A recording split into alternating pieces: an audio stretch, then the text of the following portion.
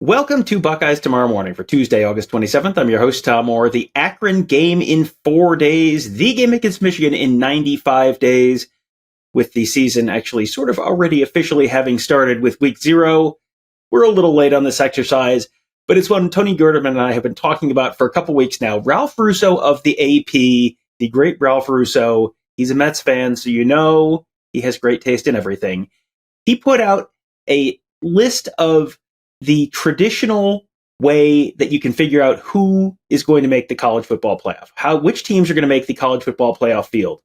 So he went back the previous 10 years, looked at the preseason AP top 25 poll, and then figured out where the teams that made the college football playoff or would have made the college football playoff in this new 12-team format, where they started the season in the AP poll. And you normally go into a year figuring, oh, certainly it's going to be 9 out of 10 top 10 teams, certainly at the very least, maybe all 10. You would probably think, no, not even close. So we're going to be taking a look at the historical information and trying to project which teams, based on this historical model, we think might make the college football playoff this year. Let's welcome in Tony Gerderman of BuckeyeHuddle.com. Tony, let me tell you, I was very excited for this show, and then I sat down and tried to figure it out based on the model, and I ended up just kind of like rubbing my temples, like there's no way this is how this works out. But based on the last 10 years of history, this is how it would have worked out. And who are we to question history? Going through this and being these confines, these constrictions, leads you to some choices that you would never make otherwise. And also just leaving programs out that you're like, well, clearly they're going to make it in, but I can only choose 2 teams in this grouping. So these other 4 teams are also going to make it in. And it comes down to about 12 or 18 different Sophie's choices, I think, in some of these circumstances. Yeah, we're going to go through the different brackets. I'll read through just the 5 different groupings here, and then we'll go through each one by one and make our picks. The first one is the 4 of the top 5 AP preseason top 5 teams will make it. So 4 of the top 5 AP preseason top 10s. 2 of the teams ranked from number 6 to number 10. 2 of the teams ranked from number 11 to number 20. 1 from number 21 to 25. And 3 teams that to start the season unranked would have made the college football playoff at an average the last 10 years if they had been using the 12-team format. So, all right, let's start with the top. And this is, I think, the easiest one. I don't feel tremendous about this, and I would probably not have left this team out if I was just doing my own bracket myself. But 4 of the preseason top 5 in the AP poll, 4 of the 5 would make it based on the historical data. So those teams this year: Georgia, Ohio State, Oregon, Texas, and Alabama. Tony, who are you leaving out from that group? Yeah, this was the easiest decision for me. Now I'm going to leave out Alabama. Do I think they'll make it? Pretty good chance, but when it comes down to leaving one of those out, they are the ones that immediately jump out to me. Quickest decision in this whole decision-making process for me, and I feel more confident about this pick than any others the rest of the way out. I think that's actually, as crazy as it sounds, probably true. It wasn't one that I necessarily would have picked on my own, but just of these choices, that felt like the easiest choice. The other 4 really are sort of almost universally projected to be the 4 semifinalists, which means they're probably going to be 1 and 2 and 5 and 6 in most people's brackets looking forward. So that would be Georgia, Ohio State, Oregon, Texas in for both Tony and I, Alabama on the outside looking in. Now on to number 6 through 10, and this is one where we get a little bit of a freebie here, Tony, because we got to pick 2 teams from number 6 through 10. Ole Miss, Notre Dame, Penn State, Michigan, and Florida State. Tony, I'm going to take a wild guess that Florida State is not one of the 2 teams that you picked based on, I don't know, just an inkling, an assumption of how the season might play out. But who were the 2 teams among those 5 that you chose to put in your field? Well, Tom, first of all, your clairvoyance is impeccable. It's on point. I did not have Florida State as one of my 2, but in fairness to me and my impeccable foresightedness, I wouldn't have had Florida State to begin with. I am going, and I don't feel great about this because Penn State may end up losing the season opener against West Virginia and having to claw back the rest of the way. But I'm going with Ole Miss and Penn State with the understanding that Notre Dame is in a situation all by themselves. But also, I think Ole Miss and Penn State are going to be in similar situations and that they won't be making a conference championship game. And so the scheduling, I think, will win out for those two teams over Notre Dame if they all have the same 10-2 record, if you will. And I had Penn State in this exercise initially, and then I went through and I thought, there is no way on earth that there are only going to be 3 SEC teams in this field. There is no possible way. So we'll get to who the other SEC team is a little bit later. But I did go with Notre Dame and Ole Miss. I really thought long and hard. I had Notre Dame and Penn State in there initially because I don't really totally believe in Ole Miss this year. But you look at Notre Dame's schedule this year. They have a very manageable schedule. They open at Texas A&M. If they get through that one, it's Northern Illinois at Purdue, Miami of Ohio, Louisville at home, Stanford at Georgia Tech, which might be a little spicier than you might have expected a week ago, Navy, Florida State, which is substantially potentially less spicy than you might have expected a week ago, Virginia, Army, and at USC, and who knows what USC is. There is not, to me, oh boy, they're going to lose that game on that schedule. And you feel like if Notre Dame is 11-1, they're getting in regardless of how not great their wins are. And if they're 10-2, they still might get in as a 10 seed, 11 seed, something like that. So I will go with Notre Dame and Ole Miss. I don't feel great about Ole Miss. I don't feel great about leaving Penn State out. But you look at it, and it's just the other way around. I would have had 4 Big Ten teams in, or potentially 5 Big Ten teams in, and only 3 SEC teams. And, you get into some crazy scenarios here, Tony. I can't see one where the Big Ten gets 5 in and the SEC gets 3 in. That just doesn't seem realistic. No, it's not. And just tells me, Tom, that you have no faith in Kentucky later on. Not a tremendous amount of faith, no. But hey, no worries. Basketball season is coming soon, so there will be reason to smile in the Bluegrass State eventually. All right, next one is 2 teams out of the groups from the AP 11 through 20. This is when I will remind you the champions of all the Power 4 conferences are going to get an auto bid here. So this is where we get into teams like Missouri, Utah, LSU, Clemson, Tennessee, Oklahoma, Oklahoma State, Kansas State, Miami, and Texas A&M. That's 1, 2, 3, 4, 5 SEC teams in here. And if you're also pulling in the potential conference champions from the ACC and the Big 12, that doesn't leave you a whole heck of a lot of room for the other SEC teams here. So who did you have from this group? Well, it feels like one of those 5 have to make it. So I'm going to go with Missouri. We've seen them in person. They don't have the exact same team that they had back, but they seem to have some good momentum. So I'm going to buy that hype a little bit right now. And then I also had the other team that I'm buying more hype than anybody else on, and that's Clemson to come out of the ACC there. They have a lot of talent, but I don't know if they have enough explosive talent. But also, how much explosive talent do they need in the ACC? I think that's something else to consider. So I have Missouri and Clemson, and leaving some pretty decent teams out. Like, can you see Tennessee making a move? We saw it under Hendon Hooker, where maybe that's who they actually are, and what they had under Joe Milton was just, this is who they had to be. So I'm interested to see how they do this year. Oklahoma, people know about, and there are those possibilities. But also, this is where we start talking about the Big 12, Tom, which may be where you're headed. It is where I'm headed. Before we get into it, man, Missouri, I don't know how good Missouri is going to be this year, but just prepare yourself to hear about how they had to play a murderous SEC schedule. Tony, let me just read that murderous SEC schedule to you right now. Home for Murray State, home for Buffalo, home for Boston College, home for Vanderbilt. Congratulations, you're in October. Your best team you've played is maybe a first-year Bill O'Brien Boston College team at home.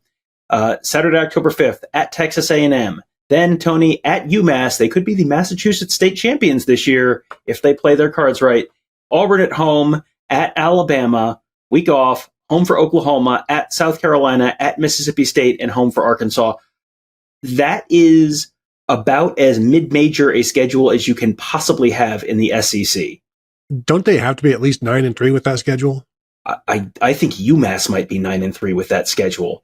So yeah, I think I look at that and I think if they don't go 10-2, I think something has gone horrendously wrong. And if they do go 10-2, it feels like they almost have to be, not that they have to be in, but that they almost certainly will be in. Not that they have to be in, that they will be put in. Just want to clarify that before I say that incorrectly. My two out of this group, I feel like Utah. I really like Utah. I think Utah's probably your Big 12 conference champion this year. I have a tremendous amount of respect for Kyle Whittingham. You've got, I think he's 7th year quarterback, Cam Rising. You've got a lot of pieces there. That's just a program that I think is going to do very well in the Big 12 this year. So I've got them and Tony, someone has to win the ACC, and I think we have a pretty good sense now it's not going to be Florida State, and we have a pretty good sense it's not going to be about 9 other teams. I can't believe I'm about to say these words out loud, Tony. Yes, Tony is making the U with his hands. Yes, I am deferring to great friend of the program, Brett Ciancia of Pick Six Previews, who had the Miami Hurricanes in the college football playoff. Someone has to win the ACC, and whoever that is going to be in the college football playoff. I'm going with Miami. It could just as easily be Clemson. I don't know. You're just kind of picking one of those two. I don't really believe in either one, and frankly, I think it's quite possible that whichever one of those is in is going to be 9-3 and about a 17-point underdog in the quarterfinals against Texas or Oregon or whoever they're playing. But yeah, I'll go with Utah and Miami out of that group. I do feel, as you were saying, maybe you're going to take take one of the conference champions from a lower group because one of those SEC teams is going to make it. One of those SEC teams is absolutely going to make it, just to be clear. Tony was probably a little more strategic about this than I was, but we are where we are. Miami in the college football playoff. Words that just came out of my mouth. I cannot believe it. Maybe the most unexpected and shocking thing to happen yet in 2024 college football. Next up, Tony, we got to pick one out of the group from 21 to 25. Arizona, Kansas, USC, North Carolina State, and Iowa. Who you got? Well, first off, Tom, we don't call you Hurricane Tom for nothing. But I do think it should probably come down to Miami and Clemson in the ACC championship game, and you know how Miami fans travel, so that's going to be a raucous environment. In terms of the 21 through 25, of course, I'll be rooting for Arizona. I think people are underappreciating USC right now. I think they might be overlooking them and just ignoring them completely. North Carolina State is sneaky with Grayson McCall at quarterback there. They play well. I've seen Iowa as a popular pick of late because maybe they can score 24 points a game. And if they can, then who knows? So I just have written down USC/Iowa/Kansas. And if you can tell me if Kansas quarterback stays healthy, then I would like Kansas in this one. But you can't tell me that. I still might go with Kansas, to be frank. But I'm going to go ahead and I'm going to do something that nobody else is doing, which means it's smart. USC. USC is a fascinating pick because what are they going to be this year? They're in a much harder conference, but they have a new defensive coordinator, and boy, the defense was clearly the issue the last couple of years, but they don't have their Heisman winning quarterback from last year, the number 1 overall draft pick quarterback from last year. He is now implying his trade with the Chicago Bears. Yeah, boy, I don't think it's going to be USC. This is one where I went with Iowa here, and there are two reasons. And number one is Iowa has a shocking number of players back from last year's team. I think it was something like 18 starters back from last year's team. They've got virtually everyone back. They also they come to Ohio State. Outside of the trip to Ohio State, their schedule is extremely manageable. Illinois State, Iowa State at home, Troy at home, at Minnesota, week off, then they come to Columbus. If they just keep that game close, that will probably be treated almost like a win if they just can keep that within a couple touchdowns. Then Washington at home, at Michigan State, Northwestern at home, Wisconsin at home, at UCLA, at Maryland, home for Nebraska. That all feels pretty manageable. I mean, do you see more than 2 losses on that schedule? It feels like Ohio State and something else somewhere, but one of a couple. They don't have to be great on offense. They just have to be competent. And it feels like they could be competent on offense. And if they're 10-2, I like their chances about as much as anyone else. Well, Tom, let me tell you this. What you have done, you just glossed over Iowa State. What happens when you just gloss over Iowa State? And that game is in Iowa City. Like, it's a home game. Everybody's just chalking it up to a win for the Hawkeyes. I don't care how good or bad Iowa State is. It doesn't always matter when it comes to Iowa, but Iowa does usually win that game.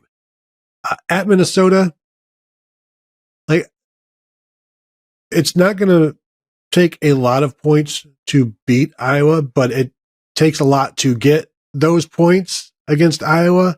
And so you might need a turnover, which I don't know that Iowa, Cade McNamara will be totally opposed to doing, assuming he ends up winning the job. But the schedule is very, very, very manageable. What is the toughest road game outside of Ohio State? Is it Minnesota? I mean, it's at Minnesota, at Michigan State, at UCLA, at Maryland. Like, these are all games that they're going to be favored in. So, like, what are they favored in 11 games? They very well might be favored in 11 games. And I don't necessarily expect. Can I change my answer? Yeah. And here's the thing. I'm talking through this, and we're going to get to the 3 non-ranked teams, and I already don't like my answer there. But you look at the history of the Iowa State series. I pulled this up as you were talking.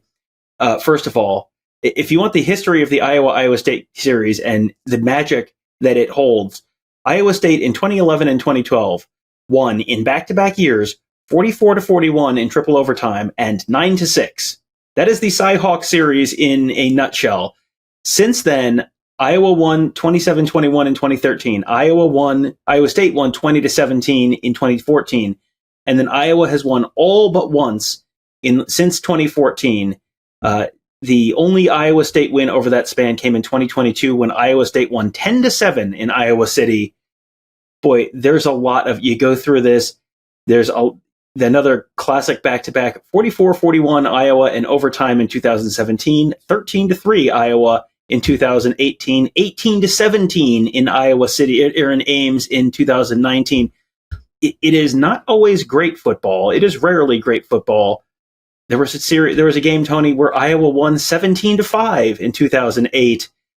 My personal favorite, because I was there for this one, Iowa State 15, Iowa 13 in Ames in 2007. I mean, it is just a series filled with numbers, weird football, but Iowa always seems to win. It's like Oklahoma State, where it's a rivalry and it's crazy and it's weird, and then one team wins basically every year. Iowa State kind of the same way. I don't love it. This is definitely the portion of the program where I don't love any of these, but I think Iowa's got a decent chance to make it. Now, finally, the 3 unranked teams. I'll just read through the teams that are others receiving votes, but of course, you can pick anyone you want. You want to pick Louisiana Monroe? By all means, you do that. Louisville, Virginia Tech, Boise State, SMU, Iowa State, Liberty, Washington, West Virginia, Memphis, Nebraska, Wisconsin, UTSA, Tulane, App State, Kentucky, Auburn, and Colorado. One of these is going to for sure be the group of 5 representative. Group of 5 is guaranteed one spot in the 12-team playoff. So who do you have for that one? And then who do you have for the other 2 that are definitely not going to happen? Because mine are definitely not going to happen. Because the math is not working well for me. It's like, technically, these things are impossible. I don't know how they're impossible, but they've gotten that way because I already have 4 Big Ten teams in. And because I officially did change my pick from USC to Iowa, everybody caught that. So, of my own thinking, my own free will, but I've got Ohio State, Oregon, Penn State, and Iowa. And my initial, as I wrote all these down, I have Wisconsin as one of them as well. Because look, if it's between Louisville, Virginia Tech, Iowa State, and Wisconsin, I mean, I'm going to choose the known quantity. And also, how many teams are these other conferences getting in? And I still have my Big 12 champion out there. So I'll go with Garrett Green and West Virginia because I got to. I've got to pick a Big 12 team at some point. So I'll go with them. And Boise State is my group of 5 champion that I'm going to ride with. Liberty, if they go undefeated, I don't even think they should be in because they play absolutely nobody. Everybody else plays somebody. Memphis plays somebody. Boise State plays at Oregon, for crying out loud. So at least they're trying. Liberty could go 12-0. If any of these other schools go 11-1 or 12-1 with the conference championship, they should get in over a 13-0 Liberty. And then my third one, so I've got Boise, West Virginia. Tom, I'm looking through here because I can't go 5 Big Ten teams, right? That's just too many. And yet, what's more ludicrous, 5 Big Ten teams or 2 ACC or Big 12 teams? And I don't think I'll go Virginia Tech, Tom. I talked myself into it. I've got to go with somebody. I'll go with an exciting quarterback there at Virginia Tech. And I do not care for any of this. Thank you for having me. Yeah, this is one where I started the exercise. I'm like, this will be fun. And I got about 3 minutes in and said, turns out, in retrospect, I was incorrect about that. I don't like any of this. I do like your strategy of taking one of the earlier SEC teams and just taking someone at the bottom for one of the non-Big Ten / SEC conferences, because the Big 12 might very well just be a throw a bunch of names in a hat and pick one out, and any of about 6 answers might be correct. The ACC feels like you've got about 2 or 3 names to throw in that hat, but one of them is going to be correct. So, all right, I have stalled long enough. My 3 unranked teams, Boise State, I'm with you there, feels like they're going to get essentially a freebie against Oregon. If they lose that game by 30 points, no one's going to hold that against them. And if they lose that game by less than 30 points, that will be considered a win. And if they somehow manage to win that game, well, I might have missed a team in my top 5. But either way, so I'm going to go with Boise State. It's going to be, the SEC has to get another team in, Tony. That's just the rules. And because I didn't play it smart like you did earlier, I have to put my faith in Hugh Freeze and Auburn. How am I feeling about that? Not great. Not tremendous. Not great at all.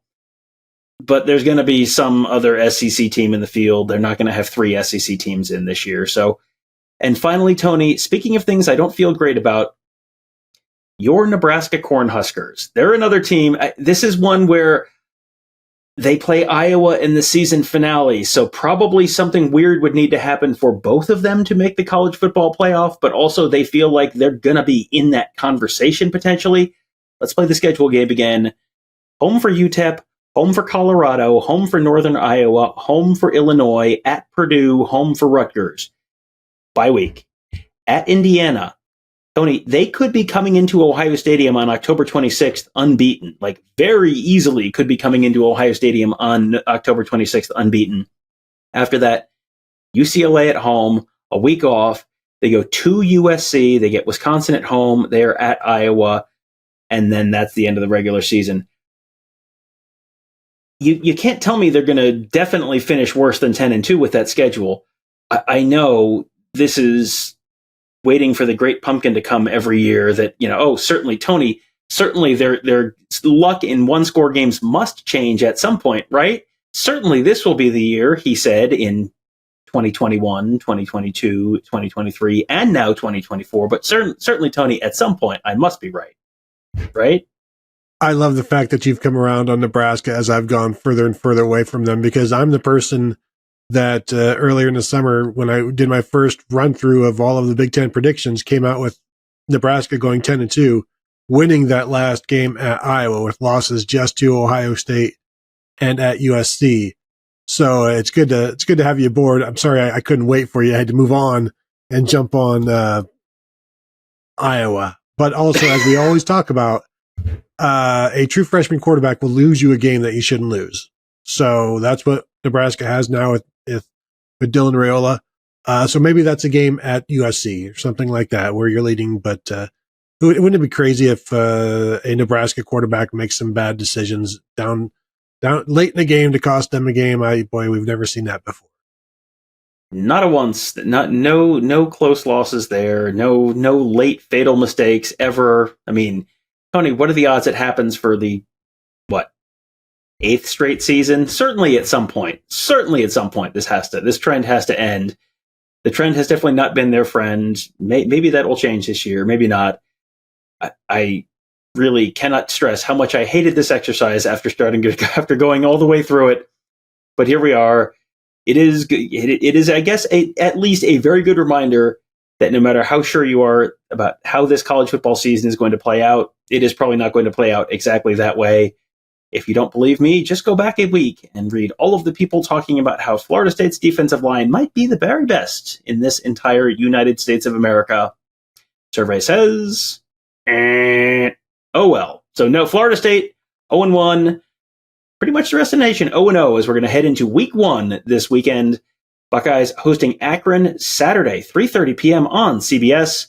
Tony and I will be there along with Kevin, covering the whole rest of the season at BuckeyeHuddle.com. Going to be lots of content this week, starting on Tuesday. Got the Ryan Day press conference coming around noon. Going to be talking to Ryan Day, Jim Knowles, Will Howard. They're going to be talking Wednesday evening with a bunch of Ohio State players. Then pregame coverage, postgame coverage on Saturday as the Buckeyes finally kicking off that 2024 football season. We hope to see you at youtube.com/Buckeye Huddle for all of those things.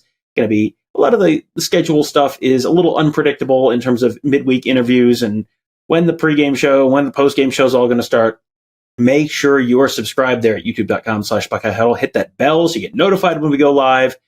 And make sure you're subscribed at BuckeyeHuddle.com as well. That's where Tony, Kevin, and I cover the team. Mark covers recruiting. Got our whole team of X's and O's gurus there to make you a smarter football fan, all at BuckeyeHuddle.com. We hope to see you there. That'll do it for today. Thank you guys all for joining us. Have a great day. We will talk to you tomorrow.